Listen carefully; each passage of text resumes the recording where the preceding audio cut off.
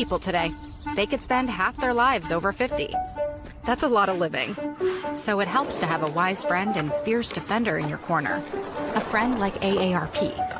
So your health lives longer. This is just slow-mo karate? Just slow-mo karate. Your money lives longer. I just bought that. I just sold that. And your happiness lives longer. That's why the younger you are, the more you need AARP. Join today. Welcome to AARP Illinois' virtual event. It's so wonderful to have you with us. AARP is on a mission to connect with individuals across various communities, especially those aged 50 and above. We're here to listen, understand, and address the unique needs of you and your community as we age. Our goal is to enrich your experience by expanding our local activities, providing opportunities for you to discover and engage with all that life has to offer right here in your own community and virtually. As we journey through today's event, we invite you to consider joining our dedicated team of AARP volunteers. It's a chance to make a meaningful impact and help us better serve those 50 plus across the nation. Connect with us and be a part of this vibrant movement toward positive change. Welcome, and let's make this event both fun and transformative.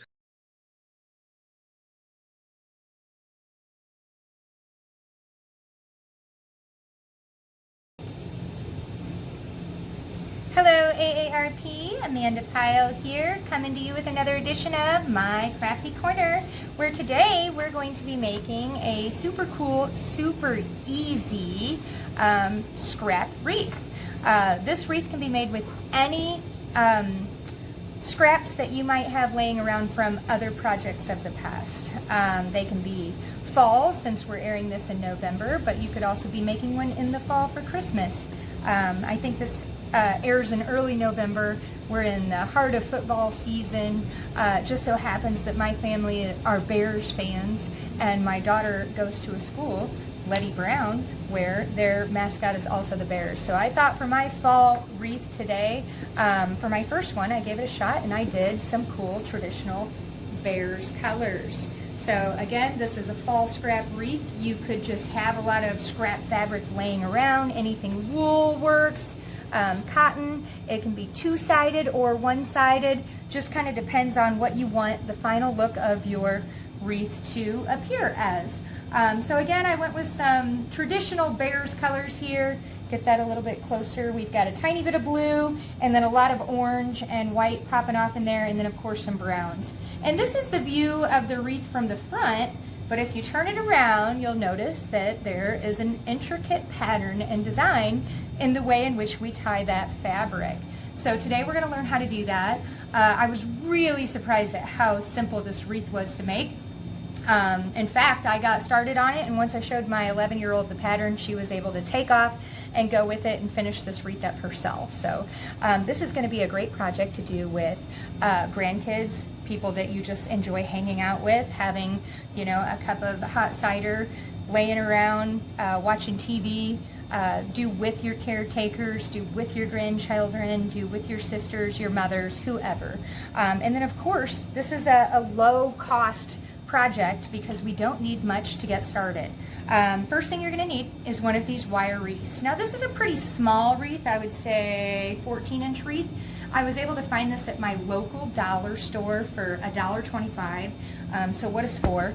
Looks like this. I would definitely try to find one of these metal wreaths that have these little sections, because it is easier to count how many spaces or how many pieces of fabric that you put in each one, and it's easier to kind of keep it to where everything is aesthetically pleasing but also even.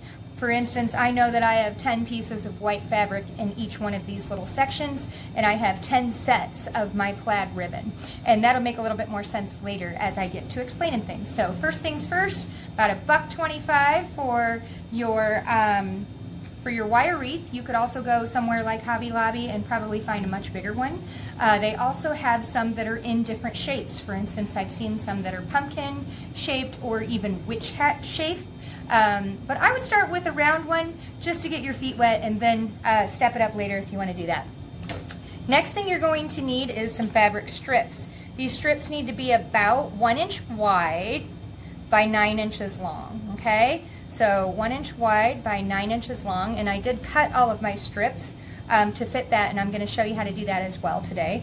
So I'm going to actually make the same wreath utilizing some of the same fabric because I had a lot left from my first one, but I'm going to add in a different color, and I'm going to make the white the star of the show instead of making the plaid the star of the show. And then we're going to see if that gives us just kind of a different looking wreath. I'm trying to push this one a little bit more in a fall direction, but you could find anywhere from 2 to, I would say, 5 different patterns of fabric if you want. Your total wreath, if you do the 14-inch wreath that I have here, is going to take about 1 yard of fabric total. So in this case, I wanted to make sure I had enough. My local fabric store is not open every day and quite a ways from my house, so I bought extra just in case. And I bought 1 yard of each, and I ended up using about half of each of these colors. So that tells me I need about 1 full yard to be able to make my wreath. So far we've got some fabric, about 1 yard total, a 14-inch or 12-inch, whatever you can find, round wire that looks like this wreath. And then you're also going to need a cutter. The cutter is actually essential. You could use scissors. You can also tear certain fabrics.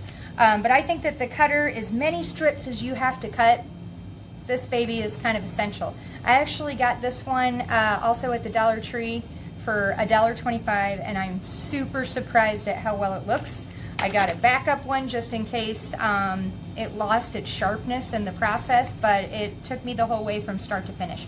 So this is definitely essential.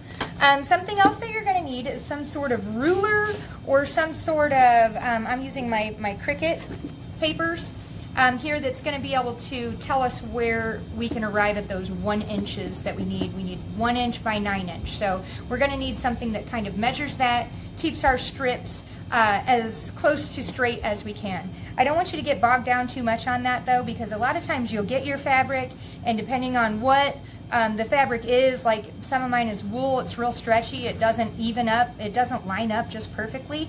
But this is a great wreath that's not really going to matter that much. Again, it's a fabric scrap wreath, so it's meant to be made with leftover scraps that you might have laying around anyway. And if you're a big crafter, I'm sure that you have enough to just get yourself started. So I'm going to switch out the camera. We're going to learn how to cut our strips first, and then I will explain to you how to get them tied in. Let's get started. All right, the first thing I need to do is go ahead and map out those cuts that are going to be 9 inches long. So I've got the folded part, I've got 1 yard of fabric here in this brown, and I've got the folded part at the top. And the first thing I want to do is just kind of mark those. So I'm going to use my little Cricut sheet here, follow it over to 9 inches. And I'm just going to go ahead and mark that at the 9 inch. Okay, and then I will do exactly the same thing and go on down another section. And that's going to use up pretty much most of my fabric. I might have this little extra piece here on the end that's about 1 inch or 2 wide that I may or may not use there. We'll just see how the cuts end up lining up. And then I don't really need this bottom Cricut paper, but it just kind of helps keep me in the lines where I like to be. So whatever you can do to help keep that kind of nice and straight is good. Then I line up, I've already made my marks here, so I'm going to line up my Cricut sheet to use just kind of as a guide. Use my cutter.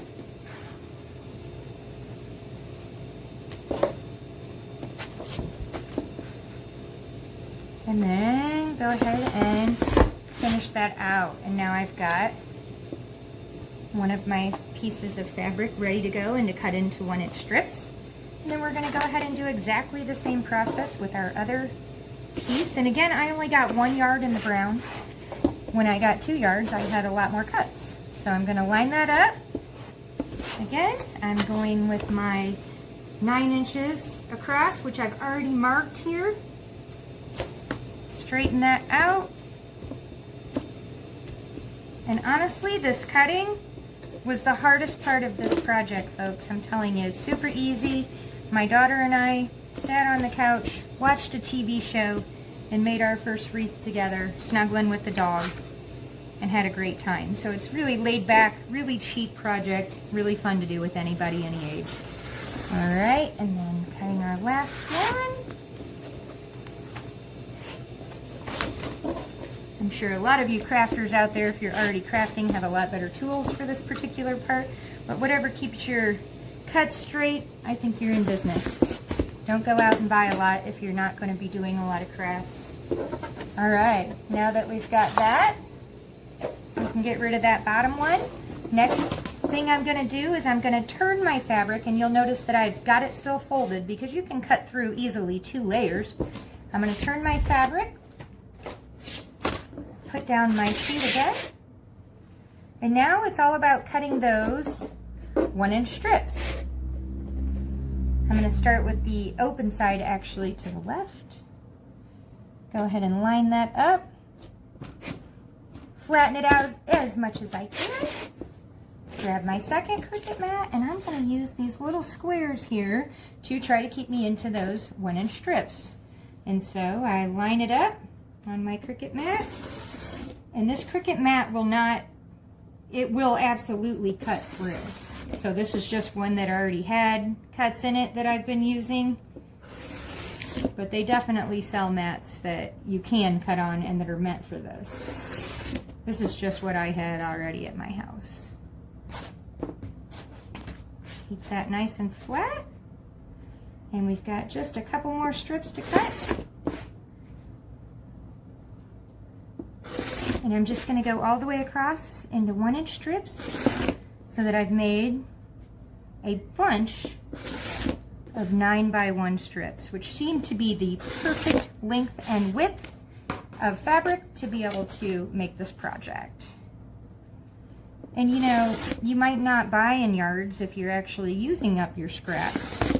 So you just need to make sure that they can be cut and that they can fit the mold. But you don't have to buy new fabric. Just have to have a process of getting it into these 9x1-inch strips. Okay, I picked them all up. Those are looking fantastic. I'm going to put them aside. I think those are going to look great with my other colors. And I'm excited to see if just adding one kind of dark pop really changes the appearance of my wreath. I'm sure that it will. All right, open side to the left. And we go and we continue, and then we're already almost done with most of this half yard. Like I said, you only need 1 total yard, but you got to remember that the different kind of fabric that you choose to make your scrap wreath with matters. For instance, the bear's wreath that I showed you that I have done, those fabrics are kind of like a stretchy wool. And so when you tie them, they take up a lot more room on your wire wreath than, say, like if you did, you know, that thin kind of poly cotton that most of the fabric is when you go to buy it. So it's probably going to take a lot more if I were to do the wreath in this brown, because it's not like a stretchy wool. It would take a lot more if I did bigger parts of the wreath in the brown. So depending on the fabric, you may need more or less fabric to complete your wreath. Okay, so there we go. All of our brown strips. I'm going to finish cutting the rest of my brown strips, and then we'll return and I'll show you how to put it all together. All right, I'm back. I have all of my fabric scraps cut and ready to go. This is definitely a process that you want to take care of before you're ready to get started, because you don't want to have to stop and do cuts again. So again, about a full yard total, give or take, depending on which fabric that you're going to use. These two fabrics are a bit more stretchy than this one, so I know that if I were to use this for more parts of my wreath, I would probably need a little bit more of that. All right, let's talk about how to get started. You need to come up with a pattern depending on how much of each color you want to see in your wreath. So I knew when I made this one that I wanted to see mostly the plaid because I just think it's really pretty. It has a fall feel, but it also, you know, has the traditional Chicago Bears colors.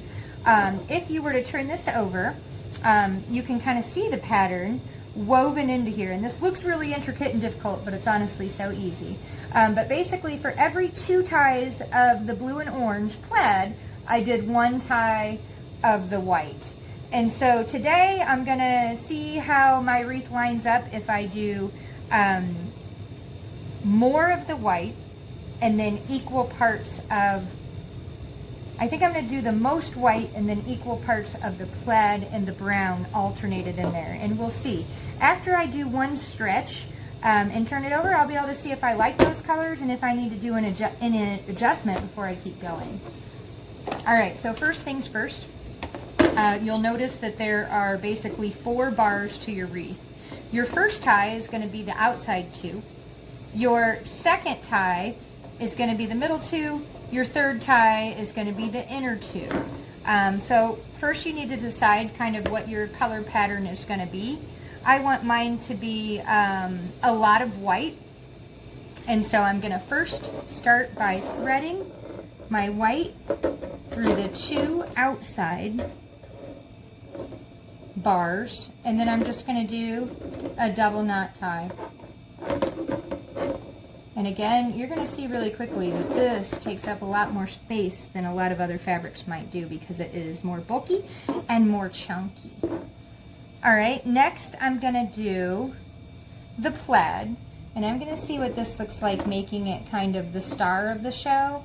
But I actually like to tie in my bottom 2 first. So I'm going to do the brown next, and then I'm going to tie in my middle piece. And then we're going to push it all down towards that first rib, and then we keep going. We grab our white, we go with our outside 2 bars, then we grab our brown, we go with our inside 2 bars,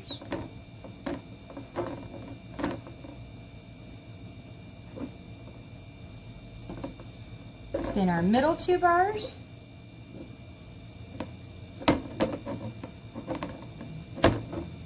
and then we push them all down. And we're going to do 1 whole bar, 1 whole section in the video today, so you can kind of look, see what the pattern looks like, and then I'll finish the wreath up and we'll come back and see the finished product. But it is really, really important to stay on the mark as far as how you tie those pieces in. You want to make sure that your pattern is the same every time. And I can't stress enough like how great of an activity this is for somebody who likes puzzles or likes to work their mind or needs a little bit of things to keep their mind busy, but something that's kind of low activity. This is a great project for that. So once you tie them in one way, you just got to keep with that pattern. So my pattern goes white on the outside,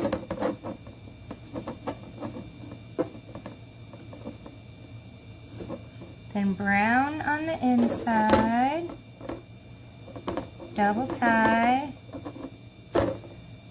plaid on the inside too. And you're always tying it over 2 bars. Push, push, push. Alright, and when you only have this little bit done, it's kind of hard to see how it'll all look. But we can start to see it coming together. Don't worry if these pop out. They're very easy to just pop right back up to the surface. And you can see just how good that white spreads out. And that just has everything to do with what fabric it is. But it looks like our process is on point here. We're going in the right direction. So I'm going to keep this going, and then I will return back and show you guys the look of this wreath when it's all put together.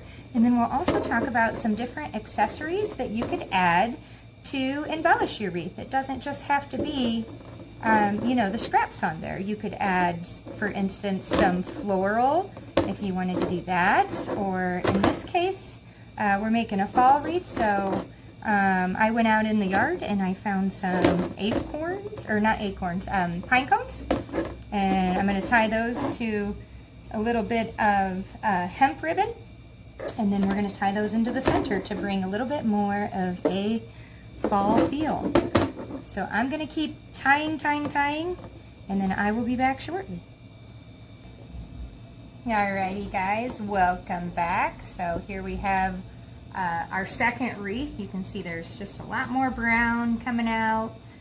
Took on a bit more of a fall feel, I think, than our first one. I'll show you comparatively kind of where they went. Take a step back. So utilizing the same basic colors, just adding in a little bit of brown, whereas this one here has a bit more of an orange. This here would also look cute with like a big blue bow on it, but I'll show you some different accessories I had in mind. This one here I thought would look really cute, something free that you could do. I've just tied on here a couple acorns onto some kind of burlap string. And there is a section in my wreath where I just left one little piece of fabric out, and you can kind of see that better from the back, that I've got a little bit of a hole here. I'm just going to thread my string through here.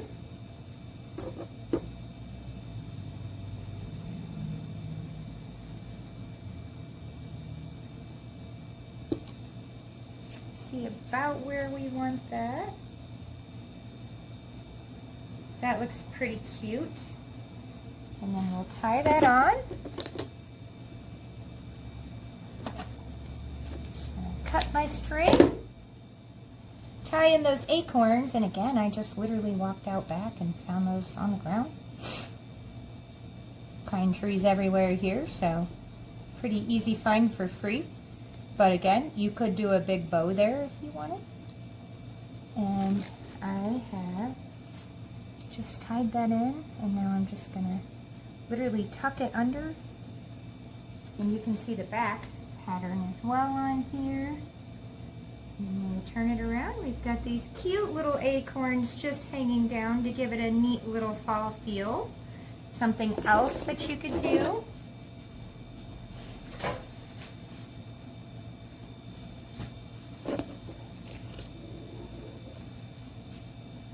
you can put in something like a flower if you wanted at the top, or even at the bottom, or again another big bow. But I'm just going to keep it simple. Total altogether, this project was $1.25 for my metal wreath. My pine cones were free. Any string or ribbon could be used. I had this laying around actually from another one of our Crafty Corner videos that we did, so I just utilized that. And then I think for my fabric altogether, like I said, I went to my local fabric store, so it was a little bit pricier than somewhere like a Walmart fabric or like a Hobby Lobby fabric where you can usually get it on sale. So I think today for a half yard I paid $7.50, so my full yards were around $14, but I ended up not using them all. So I would say total we probably did this project for about 25 bucks. So not too bad, makes a super cute gift for somebody. But also, you know, I was thinking my husband has like a man cave, and this would look really cute hanging on his door because he's a super big football fan. And something else that you could do on this one, I bought these letters here, and I was thinking about painting them. Let's see if I can get my camera to go down. I was thinking about painting these letters and putting Go Bears onto this little block that I found at Walmart. And then after I have that on there, I was thinking that that one would look super cute just on the bottom of it, because it also has kind of a football shape. So I might glue that in later, or even tie it into the top. So just a couple ideas. They also look great plain all by themselves. Again, give it a shot with some Christmas ribbon if you want. You could choose anywhere between 2 to 5 different styles of cloth to make your patterns. You know, if you pick something that's really vibrant and like this plaid, then your other colors, you might want to keep those a bit more plain and simple, just so that you don't overdo it. But yeah, that is today's project, which is called a scrap fabric wreath. I hope you enjoyed the tutorial, and I will see you back soon. Next video we'll be making a milestone